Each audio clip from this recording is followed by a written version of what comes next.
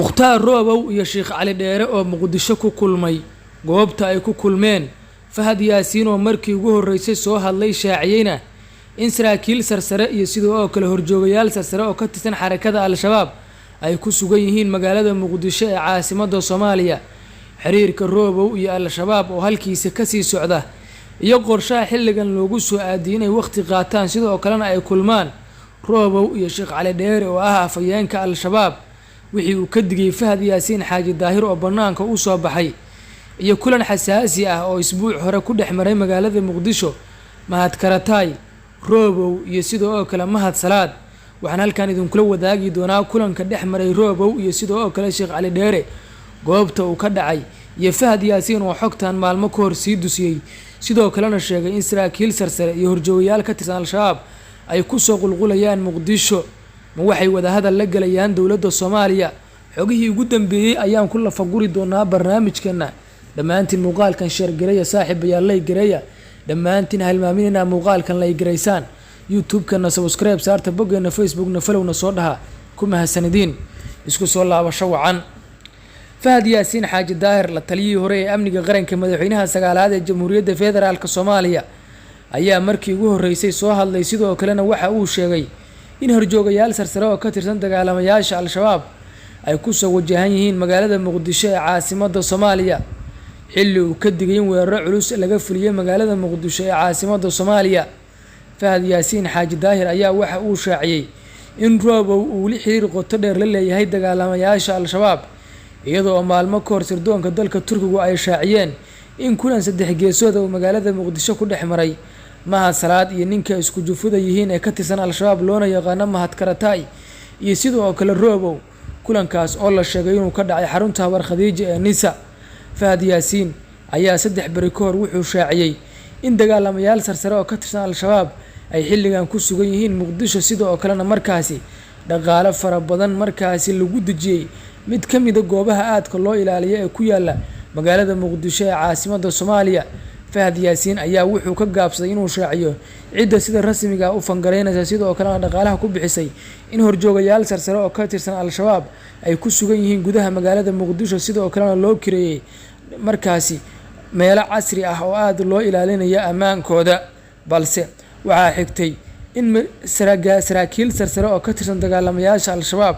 iyo roobow ay ku kulmaan magaalada muqdisho ee caasimadda Soomaaliya taas oo uu dusiyay fahad yaasiin xaaji daahir oo qoraal noocan ku soo qoray bartiisa Twitter-ka.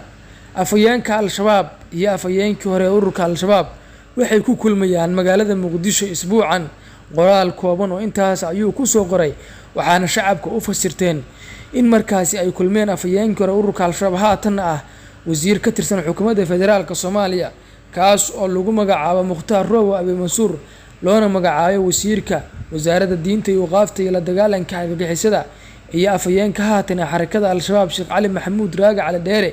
waxaana fahad yaasiin xaaji daahir uu sheegay in labada nin kulankooda uu ka dhacay agagaarka suuqa xoolaha ee magaalada muqdisho ee caasimadda Soomaaliya halkaasi oo la sheego in al-shabaab ay ku xoogan yihiin sidoo kalena markaasi waxaa lagu ballamay in maalmo kadib roobow uu booqdo deegaanada ay ku sugan yihiin al-shabaab horjoogayaashooda. waxaana laga shaki qabaa in dowladda Soomaaliya ay xiriir dhow la yeelatay sidoo kalena markaasi ay heshiis la gali rabto dagaalamayaasha al-shabaab. magaalada muqdisho ayaa laga cabsi qabaa inay isku bedesho kaabuusha geeska Afrika iyadoo horjoogayaasha al-shabaab la shaaciyay in xilligan ay wada hadallo la geli doonaan dowladda Soomaaliya. waxaana wada hadalladan mas'uul ka ah sidoo kale loo xil saaray mukhtaar roobow iyo sidoo kale mahad maxamed salaad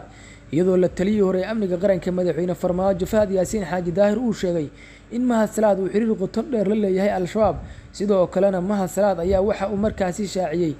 fahad yaasiin aynu dhahna wuxuu markaasi shaaciyay in mahad salaad uu ka dambeeyay amni darradii ka dhacaysay magaalada muqdisho gaar ahaan uu hoobiyaal ku soo tuuri jiray magaalada muqdisho ee caasimadda Soomaaliya xilligaas oo dadku u haysteen eedda fahad yaasiin uu ku soo oogay mahad salaad in ay tahay mid qaniye kaafujiza ah maadaama fahad yaasiin xilligaasi ay u diideen markaasi loo diiday lagana hor istaagay kursigii xildhibaannimo. balse maalmo kadib ayay wax walba kala cadaadeen waxaana shacabka Soomaaliyeed ay taaka u rumaysanayaan hadalladii iyo sidoo kale wareysyadii fahad yaasiin xaaji daahir iyadoo durbaba xiriirka mahad salaad iyo al-shabaab uu soo shacbaxay kadib markii golaha wasiirada uu ka soo muuqday Roobow ninkii ka dambeeyay inuu Roobow markaasi wasiir noqdona uu noqday Mahad Maxamed Salaad. haddaba saaxiibayaal waxaa la sheegay in markaasi saraakiishan iyo sidoo kale xubnahan ka tirsan al-shabaab ee ku sugan magaalada Muqdisho ee caasimadda Soomaaliya ay markaasi qorsheynayaan in ciidamadooda ay gudaha u soo galaan Muqdisho iyaga oo markaasina wada hadal la geli doona sida la shaaciyay. dowladda Soomaaliya waxaa wada hadallada sida aan kor ku soo xusnay mas'uulka ninka lagu magacaabo Roobow. haddaba xilligan saacad siyaasadda Soomaaliyeed iyo sidoo kale markaasi xilligan ma la geli karaa al-shabaab wada hadallo. xasan sheekh maxamuud wuxuu shaaciyay maalmo ka hor in wada hadal iyo sidoo kale markaasi dhaqdhaqaaqba aysan ku dayi doonin al-shabaab ayna la dagaalami doonaan, balse waxaa la arkayaa in xubnihii al-shabaab ka tirsanaan jiray sidoo kalena mas'uuliyiin iyo sidoo kale horjoogayaalba ka soo noqday oo lagu abaalmarinayo xilalka sarsare ee dowladda qaarkoodna ay ku dhex sugan yihiin madaxtooyada Soomaaliya, halka markaasi qaarkoodna lagu wado in laga dhigo agaasimayaal, saraakiil ciidan iyo sidoo kale xubno dhaqdhaqaaqyo muhiim ah kula dowladda Soomaaliya. waxaana shacabka isku qaban lahaa hadalkii uu sheegay xasan sheekh maxamuud ee ahaa in la dagaalami doono xarakada al-shabaab iyo sidoo kale in la soo dhaweysto oo markaasi wasiiro iyo sidoo kale xildhibaano laga dhigo. waxaana taasi ay markaasi rajo iyo god dheer ku sii ridaysaa taariikhdii iyo sidoo kale dib u soo noolaanshihii qaranimada Soomaaliya, iyadoo xubnaha xalano ku sugan ee beesha lixaad ay qorsheynayaan in dhammaadka sanadka 2024 haddii ay wax iska bedeli waayaan xaaladda magaalada Muqdisho ee caasimadda Soomaaliya ay si toos ah wada hadli doonaan dagaalamayaasha al-shabaab. taasina waxay soo dadejinaysaa ay leeyihiin in Muqdisho isku bedesho kaabuusha geeska Afrika, waxaana laga cabsi qabaa in sidii dowladda Mareykanka ay ku sameeyeen al-Qaacida uguna wareejiyeen dalkaasi Afghanistan inay ka dhacdo halkaasi, iyadoo la xasuustay in madaxweynaha dalkaasi Afghanistan iyo xubno ka tirsan golihiisa wasiirada oo markiiba ay ka duuleen magaalada Kaabul iyagoo u cararay wadamada dalka dariska ah. taasina waxa ay soo dadejinaysaa ay leeyihiin dadka falanqeeya siyaasadda haddii inta ka hor 2024 aan lagu kala bixin xaaladda siyaasadeed ee Soomaaliya sidoo kalena dowladda aysan si toos ah uga adkaan al-shabaab, in si toos ah loola hadli doono dagaalamayaasha al-shabaab sidoo kalena markaasi ay dowladda dalkaasi Mareykanka iyo sidoo kale wadamada reer galbeedku ee taakuleeya arrimaha siyaasadda Soomaaliya ay xiriir la gali doonaan. haddaba dadka Soomaaliyeed ayaa qaba in Kaabul iyo sidoo kale Muqdisho aysan isku mid noqon karin, al-Qaacida iyo al-shabaabna aysan isku noqon karin, maadaama ay leeyihiin shacabka Soomaaliyeed uu qabiil yahay. balse wadanka Afghanistan ayaa la sheegay inuusan ahayn wadan qabiilka saas looga dhaqmo, balse caqiidada lagu dhaqmayo. Soomaalida ayaa la sheegay in diinta iyo sidoo kale caqiidada marar fara badan ay kala weynaatay qabiilku, sidoo kalena markaasi ay aaminsan yihiin qabyaaladda. taasina aysan u suurtagali karin in nin ka soo duulay meel kale uu qabsado nin kale deegaankiisa, waxaana ay qabaan taasi in al-shabaab ay marka dambe ka mid noqon doonaan markaasi qabiil sidoo kalena markaasi xaaladdu sideeda ay ahaan doonto, balse ma jiraan wax caqiido ku midaysan xilligan,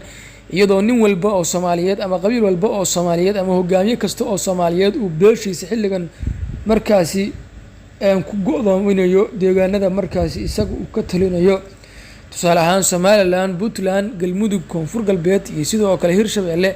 waxaa la shaaciyay in yihiin hogaamiyaal markaasi magacyada maamul goboleedka wata, balse yihiin hogaamiyaal qabiil aysan suurtagali karin al-shabaab markaasi ay guud ahaan Soomaaliya ka taliyaan fikirkooda uu markaasi ka taliyo. saaxiibayaal